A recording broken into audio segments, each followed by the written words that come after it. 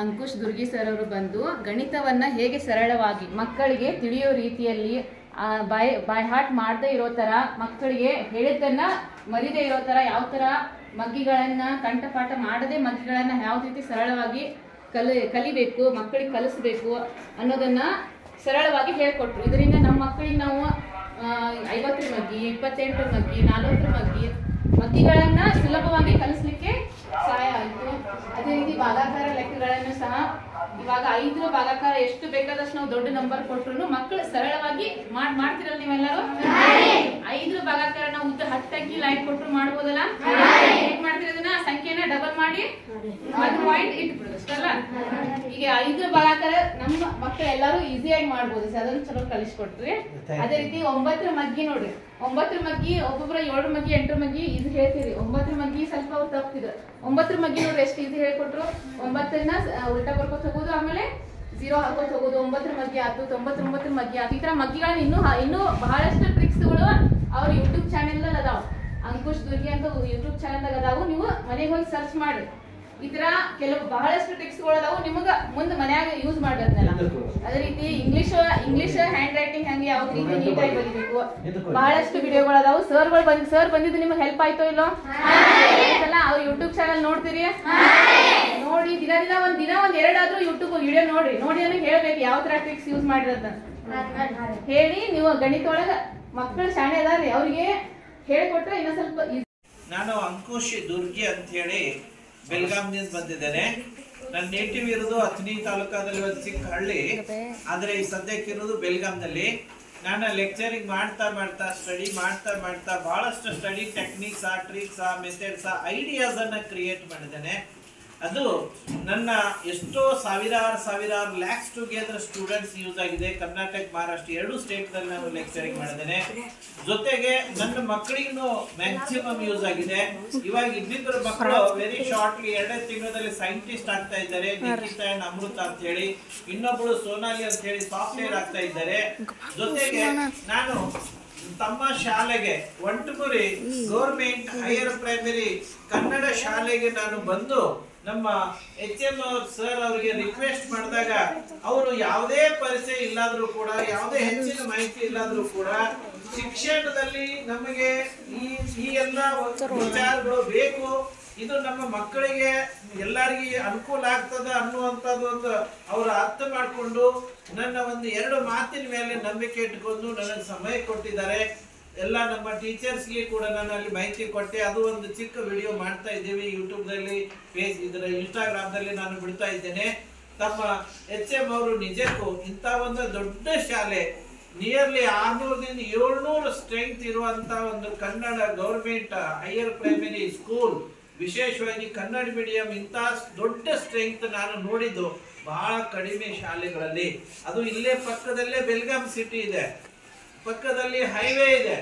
ಆದ್ರೂ ಕೂಡ ಸರ್ ಅವರು ಇಲ್ಲಿ ಸಮಾಜದಲ್ಲಿ ನನಗನ್ಸುತ್ತೆ ಪೇರೆಂಟ್ಸ್ ನಲ್ಲಿ, ಮಕ್ಕಳಲ್ಲಿ ನಂಬಿಕೆಯನ್ನು ಉಂಟು ಮಾಡಿ ನಮ್ಮ HM ಸರ್ ಅವರು,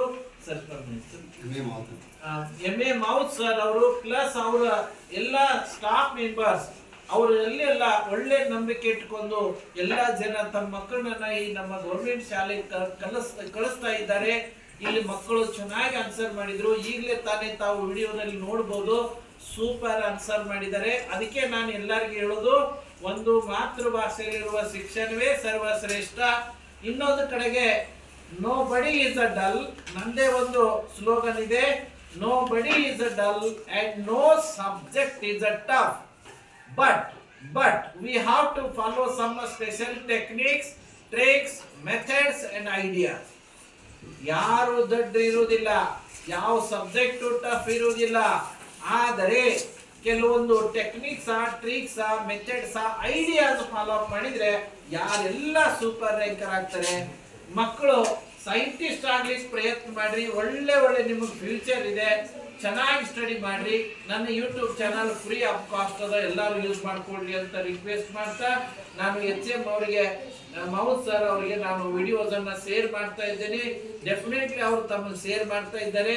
ತಾವು ಎಲ್ಲರೂ ಸಬ್ಸ್ಕ್ರೈಬ್ ಮಾಡಿ, ಬೆಲ್ ಮಾಡಿ, ವಿಡಿಯೋ ಲೈಕ್ ಆದ್ರೆ ಲೈಕ್ ಮಾಡಿ, ಎಲ್ಲ ತಮಗೆ ಸಂಬಂಧಪಟ್ಟ ಎಲ್ಲಾ ಜನರಿಗೆ ವಿಡಿಯೋ ಶೇರ್ ಮಾಡ್ರಿ ಅಂತ ಹೇಳಿ ರಿಕ್ವೆಸ್ಟ್ ಮಾಡ್ತಾ ಇಲ್ಲಿ ನಿಲ್ತಾ ಇದ್ದೇನೆ.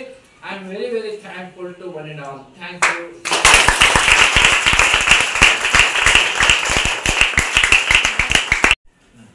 ಇವತ್ತಿನ ದಿನ ನಮ್ಮ ಶಾಲೆಯಾದ KHPS ಹೊಸವಂಟಮೂರಿಯಲ್ಲಿ ಅಂಕುಶ್ ದುರ್ಗಿ ಸರ್ ಅವರು ಬಂದು ಗಣಿತವನ್ನ ಹೇಗೆ ಸರಳವಾಗಿ ಮಕ್ಕಳಿಗೆ ತಿಳಿಯೋ ರೀತಿಯಲ್ಲಿ ಬೈ ಹಾರ್ಟ್ ಮಾಡದೇ ಇರೋ ತರ, ಮಕ್ಕಳಿಗೆ ಹೇಳಿದ್ದನ್ನ ಮರಿದೇ ಇರೋ ತರ, ಯಾವ ತರ ಮಗ್ಗಿಗಳನ್ನ ಕಂಠಪಾಠ ಮಾಡದೆ ಮಗ್ಗಿಗಳನ್ನ ಯಾವ ರೀತಿ ಸರಳವಾಗಿ ಕಲಿಬೇಕು, ಮಕ್ಕಳಿಗೆ ಕಲಿಸ್ಬೇಕು ಅನ್ನೋದನ್ನ ಸರಳವಾಗಿ ಹೇಳಿಕೊಟ್ರು. ಇದರಿಂದ ನಮ್ಮ ಮಕ್ಕಳಿಗೆ ನಾವು 50 ಮಗ್ಗಿ, 28 ಮಗ್ಗಿ, 40 ಮಗ್ಗಿಗಳನ್ನ ಸುಲಭವಾಗಿ ಕಲಿಸ್ಲಿಕ್ಕೆ ಸಹಾಯ ಆಯಿತು. ಅದೇ ರೀತಿ ಭಾಗಾಕಾರ ಲೆಕ್ಕಗಳನ್ನು ಸಹ ಇವಾಗ 5ರ ಭಾಗಾಕಾರ ಎಷ್ಟು ಬೇಕಾದಷ್ಟು ನಾವು ದೊಡ್ಡ ನಂಬರ್ ಕೊಟ್ರು ಮಕ್ಕಳು ಸರಳವಾಗಿ ಮಾಡ್ತಿರಲ್ಲ ನೀವೆಲ್ಲರೂ. 5ರ ಭಾಗಾಕಾರ ನಾವು ಉದ್ದ 10 ಅಂಕಿ ಲೈನ್ ಕೊಟ್ಟರು ಮಾಡ್ಬೋದಲ್ಲ? ಹೆಂಗ್ ಮಾಡ್ತಿರೋದನ್ನ ಆ ಸಂಖ್ಯೆನ ಡಬಲ್ ಮಾಡಿ 1 ಪಾಯಿಂಟ್ ಇಟ್ಬಿಡುದು ಅಲ್ಲ. ಈಗ 5ರ ಭಾಗಾಕಾರ ನಮ್ಮ ಮಕ್ಕಳು ಎಲ್ಲರೂ ಈಸಿಯಾಗಿ ಮಾಡ್ಬೋದು, ಅದನ್ನು ಚಲೋ ಕಲಿಸ್ಕೊಡ್ತೀವಿ.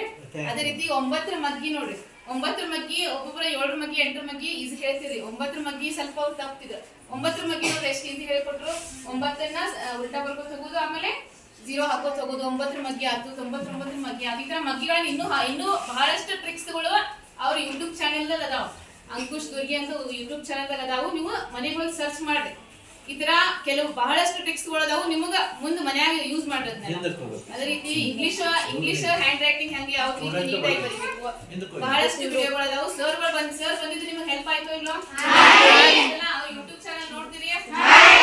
ನೋಡಿ ದಿನ ಒಂದ್ 2 ಯೂಟ್ಯೂಬ್ ವಿಡಿಯೋ ನೋಡಿ ಹೇಳ್ಬೇಕು ಯಾವ ತರ ಟ್ರಿಕ್ಸ್ ಯೂಸ್ ಮಾಡ್ರಂತ ಹೇಳಿ. ನೀವು ಗಣಿತೊಳಗ ಮಕ್ಕಳು ಶಾಣೆ ಅದಾರ್ರಿ, ಅವ್ರಿಗೆ ಹೇಳಿಕೊಟ್ರೆ ಇನ್ನ ಸ್ವಲ್ಪ ಈಸಿಲಿ ಅವ್ರು ಕಲಿತಾರೆ. ಸರ್ ಬಂದಿದ್ದಕ್ಕೆ ಕ್ಲಾಸ್ಗೆ ಎಲ್ಲ ಹೇಳಿ